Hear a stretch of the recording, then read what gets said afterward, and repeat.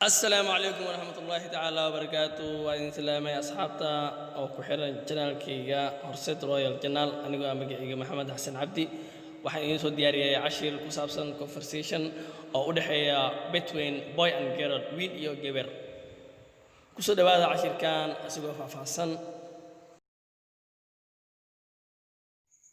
waa kan cashirka soo faahfaahsan waxa bilaawi doona hadalka wiilka boy. How are you? Sidee tahay my sister walaashidii. How are you? Sidee tahay my sister walaashidii. I am very fine. Aad baan u fiicanahay my brother walaalkayga. I am very fine. Aad baan u fiicanahay my brother walaalkayga. What is your name? Waa maxay magacaada my sister walaashida. What is your name? Waa maxay magacaada my sister walaashida.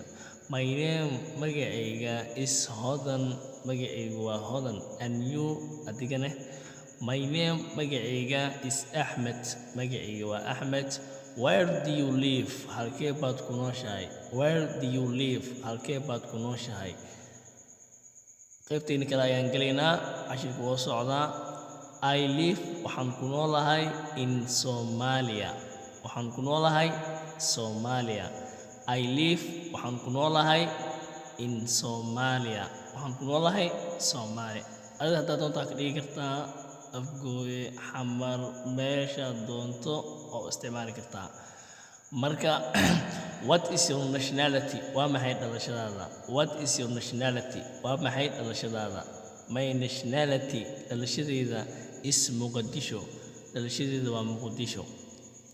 How is your condition? Waa sidee xaaladaada?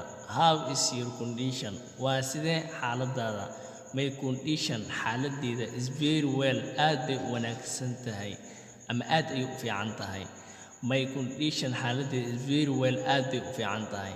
How is your English knowledge? Waa sidee aqoontaada Englishka? How is your English knowledge? Waa sidee aqoontaada Englishka? My knowledge aqoontayda is very high. Aad bay u sareysaa. My knowledge aqoontayda is very high. Aad bay u sareysaa.